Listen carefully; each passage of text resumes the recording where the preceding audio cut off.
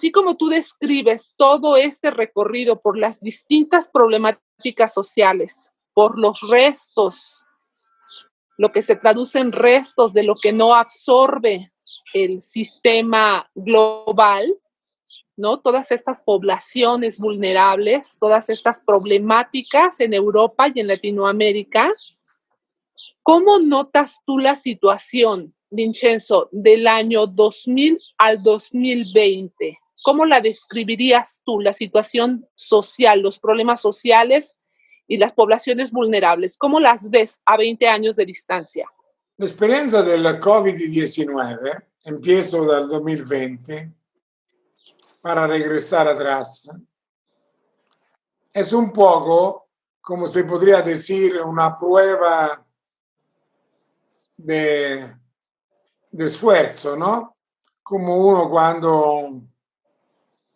cuando compra un carro, lo quiere probar y le pones a toda velocidad para ver si funciona, si todo está bien.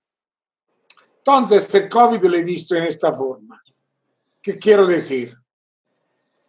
Que la nuestra teoría sobre los derechos es una tontería. No existe. Esto es la primera reflexión que quiero hacer. ¿Qué quiero decir? Que con el COVID-19 hemos visto que los grupos vulnerables no tienen derechos. Algunos ejemplos. Nos han dicho, tiene que quedarse en casa para el COVID-19, para la pandemia. Bien, a todos los que están en calle, ¿en cuál casa se tiene que quedar? Entonces, muchos gobiernos se han dado cuenta que existe lo sin techo, que existe da muchísimos años. ¿Y dónde van? Hemos visto que las personas que en calle tenían un trabajo negro, no formal, han perdido todo su trabajo. A diferencia de personas que tienen un trabajo estable, contratado. De ellos nadie se ha ocupado. Entonces ha perdido todo.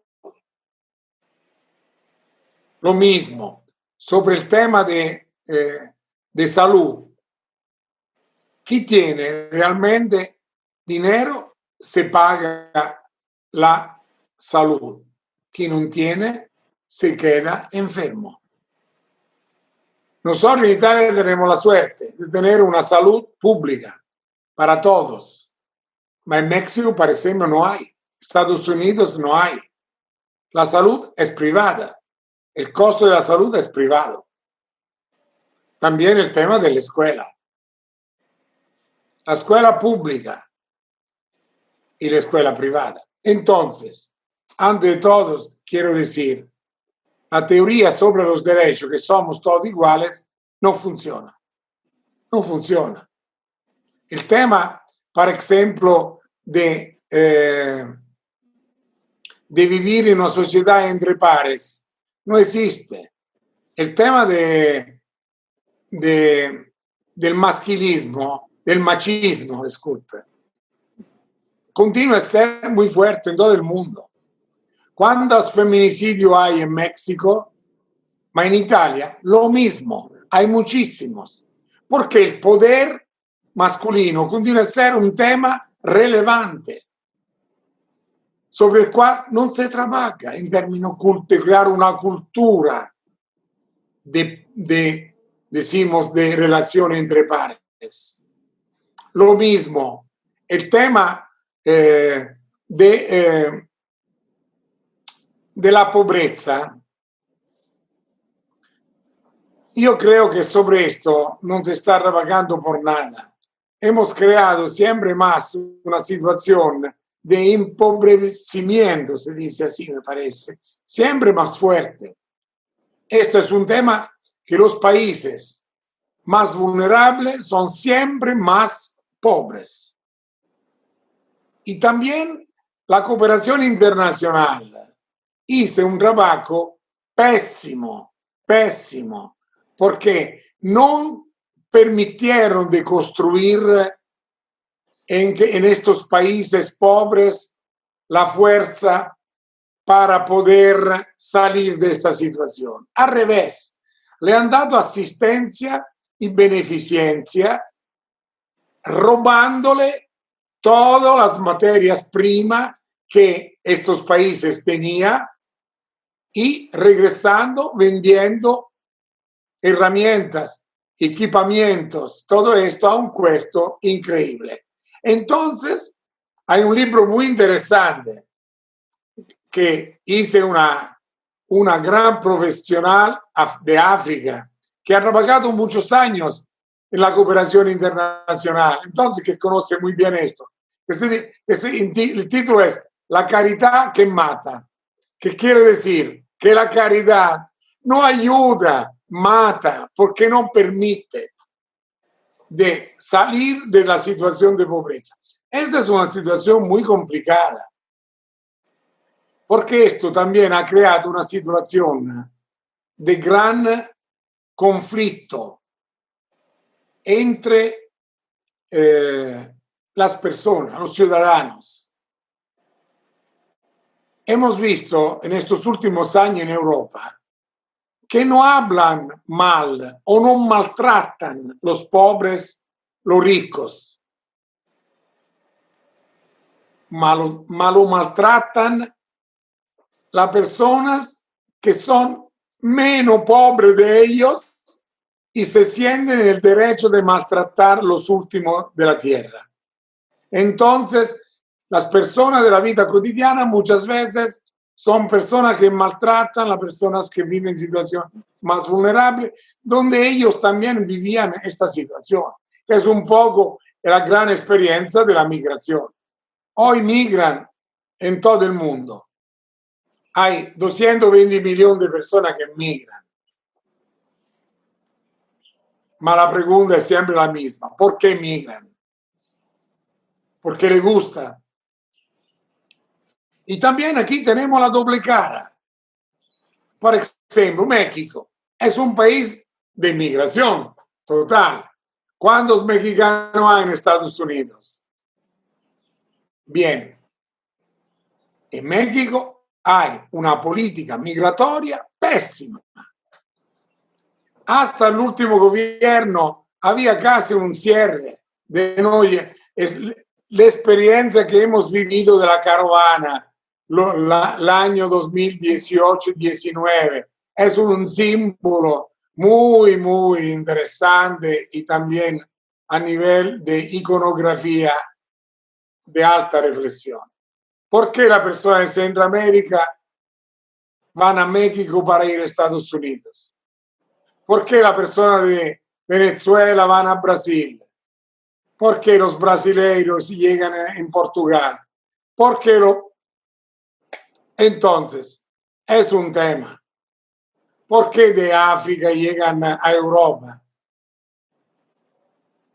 Nosotros, el tema migratorio lo hemos siempre visto como una defensa de las nuestras fronteras, no como un movimiento normal que en todos los siglos se han pasado. Estados Unidos que hoy no quiere migrantes, es el conjunto de migrantes que llegan de Europa, ¿no? Que llegan de México, que llegan de muchos otros países. Entonces, ¿qué quiero decir? Estamos viviendo una temporada de pasiones tristes, esto se podría decir, donde también no hay la defensa de los derechos, donde también las personas más vulnerables no tienen capacidad de salir de esta situación, donde las políticas públicas continúan a ser asistenciales, emergenciales, y en donde no se hace una planeación verdaderamente estratégica a breve,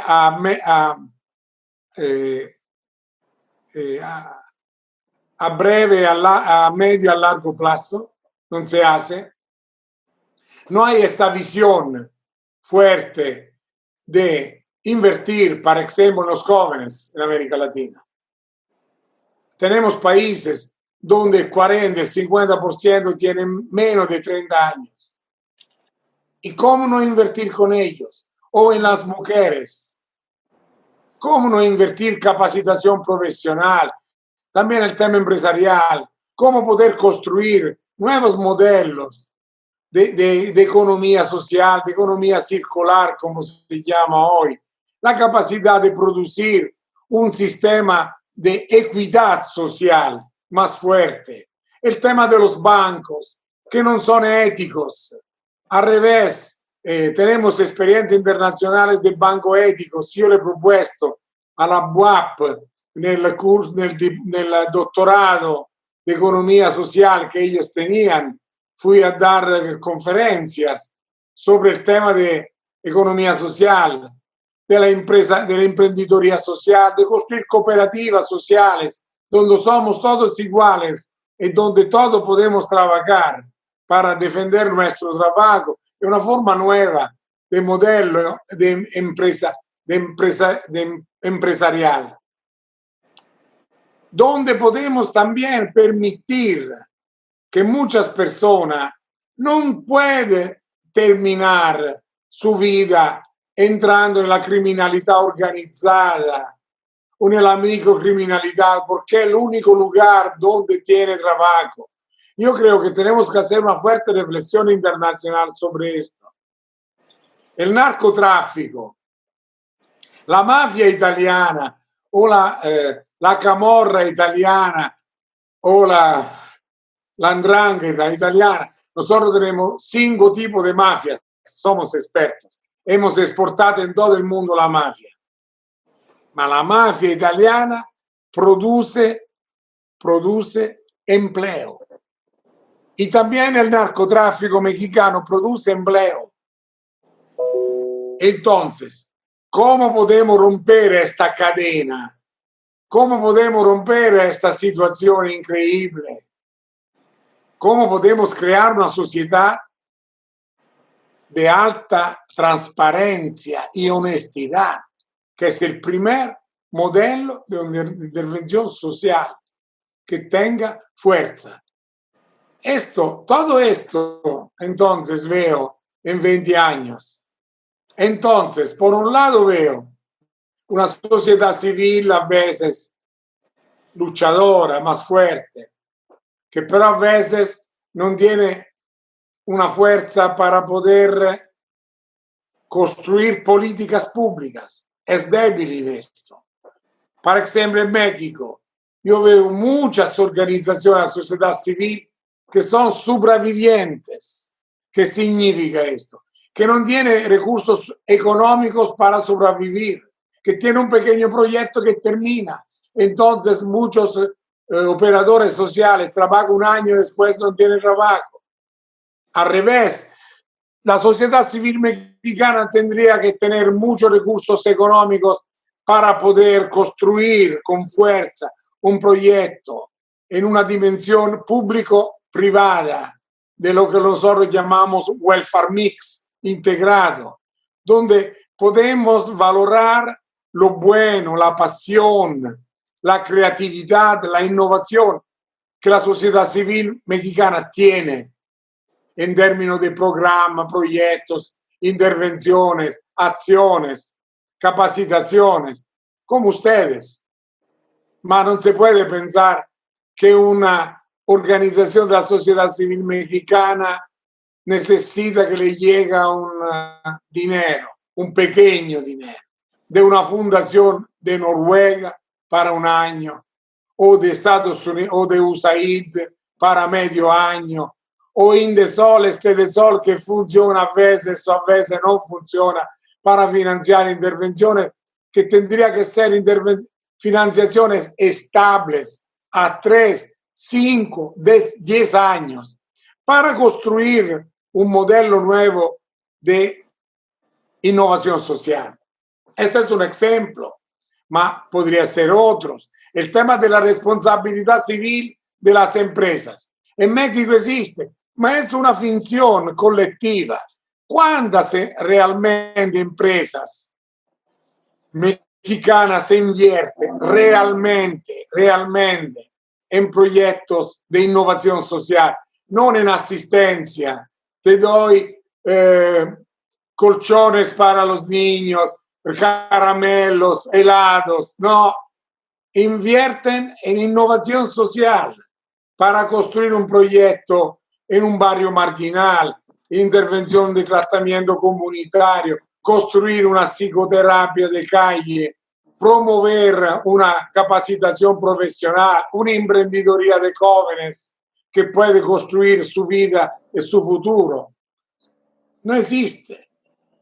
No existe banco ético en México, como estaba diciendo. Entonces, se tendría que construir una infraestructura social, que sería la fuerza de un país que yo amo, como México, donde me gustaría terminar mi vida, donde también hacer intervenciones de innovación que se mezclan para conocimientos y práctica de muchas personas que van para el mundo, como pienso soy yo o ustedes.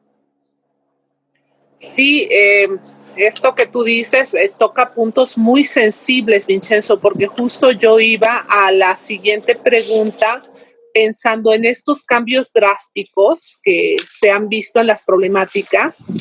Una de las cosas que a mí me llamó mucho la atención cuando estuvimos en Italia contigo fue esa forma de operar de ustedes, por ejemplo, cuando de trata se trata, valga la redundancia, está ahí presente siempre el crimen organizado.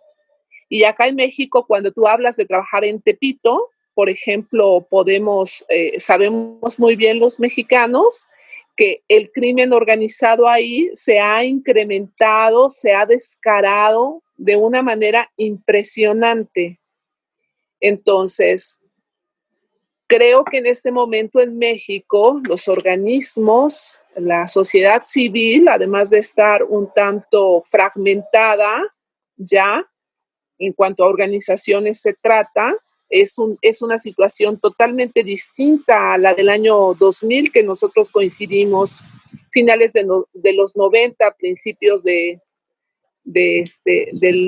2000, pues, que nos conocimos. La situación es totalmente diferente. Estamos replegados, creo, silenciados por esta forma tan descarnada de operación del crimen organizado. ¿Cómo lees tú esta situación? ¿Cómo nos orientarías en este sentido? Yo te he visto trabajar a tus equipos en medio de la operación de un crimen también descarnado. ¿Cómo ves acá en México esta situación? Mira, yo creo que nosotros, los organismos de la sociedad civil, pero también las públicas instituciones, me refiero a alcaldías y a gobiernos locales, tienen que hacer un pacto fuerte de construcción de una ética y de una fuerte lógica de derecho de la sociedad, de la comunidad local, de la ciudadanía. Un poco la experiencia italiana que hemos vivido con el tema de la mafia. En Italia continúa a existir claramente la Sacra Corona Unita, la 'Ndrangheta, la Camorra. Pero hoy, por ejemplo, en Sicilia, se ha creado un nuevo modelo de intervención de tutela de los derechos. Entonces, un poco todo el tema de construir un modelo que de verdad lucha contra la criminalidad organizada. Se construyó en Italia, por ejemplo, un organismo que se llama Libera contra las mafias, donde participan muchísimos jóvenes. Este es un gran desafío de los jóvenes, de los adolescentes, que se pone en un gran conflicto con la mafia. Entonces, por ejemplo, ahora tenemos la capacidad de ocupar bienes que los gobiernos han quitado a la mafia. Ahora hay una convocatoria que para el 30 de octubre, donde ofrecen a la sociedad civil 1.400 viviendas que eran de los mafiosos, que ahora lo podemos ocupar como sociedad civil, construyendo cooperativas de jóvenes, construyendo lugares de acogida, también experiencia como la nuestra de acogida de personas con problemas, también migrantes. Es un nuevo modelo también de agricultura biológica, también de venta de productos. ¿Qué quiero decir? Existe la esperanza, pues existe. Sí. Esto, por ejemplo, cuando se decía, eso es un chisme, ¿cuáles son los problemas de la Sicilia? Y muchos sicilianos decían, el tráfico. Nadie hablaba que había el problema de la mafia, nadie. Hemos tenido también una alcaldía como Palermo, donde el actual alcalde es un gran defensor de la defensa de los derechos contra la mafia. Luca Orlando también ha venido a México. Yo lo encontré a México el otro año cuando estaba trabajando para la fundación. Nos hemos encontrado. Yo soy un asesor de Luca Orlando, donde hay proyectos contra de defensa de los derechos. Entonces, construir una cultura de legalidad. Este es el gran tema. La palabra clave es la legalidad. Necesita, yo creo, décadas, pero sería fundamental en México, y a mí me gustaría estar con ustedes en esto, construir una nueva cultura que empieza con los adolescentes, con los jóvenes, que de verdad tiene angustia, se siente de verdad molestos de esta forma de criminalidad presente, de gobiernos locales que tienen una colusión con las criminalidad, el narcotráfico, que muchos gobiernos locales te piden siempre dinero atrás, ¿no? Para tu proyecto, te doy 10 millones de pesos, tú me das atrás 7, en forma claramente no visible. Esto no ayuda a nadie. Se tiene que construir un nuevo modelo de alta legalidad a partir de la escuela, de la universidad, de la sociedad civil y también, yo creo, de las públicas instituciones, también de la Procuraduría, también de la policía. Se trata de construir un modelo nuevo. Y yo creo que hoy estamos hartos para estar siempre, como dices tú, en forma de ausencia y silencio total. ¿Qué significa? A veces yo digo, si nuestro trabajo con los jóvenes, con los adolescentes, para la defensa de los derechos, para trabajar con las personas abandonadas, si esto no también no llega a ser un hecho político, para mí no sirve a nada. Al revés, a veces es una angustia de depresión estructural que nosotros nos llevamos a la noche diciendo, puede ser que he perdido tiempo. Esto yo creo que tenemos que hacer y ahora no podemos continuar en esta forma ambivalente, ambigua, inoportuna de decir y no decir. Sirve de verdad fuerza con la actualidad, defensa también de la prensa. ¿Cuántos periodistas mexicanos han matado? Muchos. Entonces tenemos que hacer una reflexión bien amplia, bien estructurada. Yo digo siempre una estrategia estructural y de sistema. Por fortuna hemos dado un paso que no sé qué tanto tiempo lo podamos sostener, que es el paso de tener un gobierno legítimo. Tú sabes que en sexenios anteriores pues no tuvimos esa suerte de poder tener un gobierno legítimo y a partir de ahí el deterioro social pues fue mayor en nuestro país.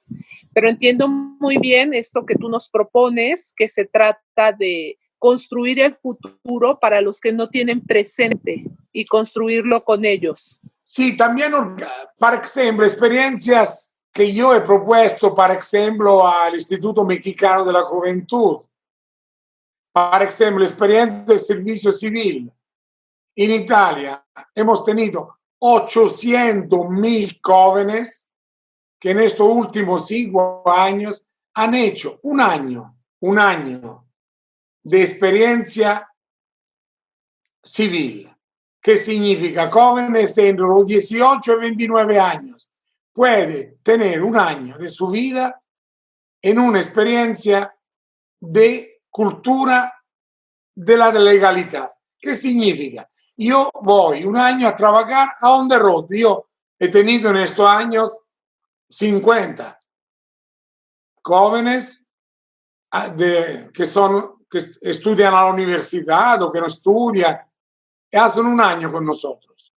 El gobierno le paga 430 euros al mes, que son como 8,000 pesos, 9,000 pesos. Bien, después de un año, nosotros hemos hecho una cosa increíble. Hemos creado una cultura social en estos jóvenes que después empiezan a ponerse preguntas serias.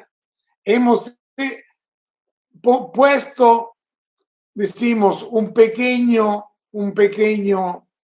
elemento en la vida de ellos, una dimensión genética nueva.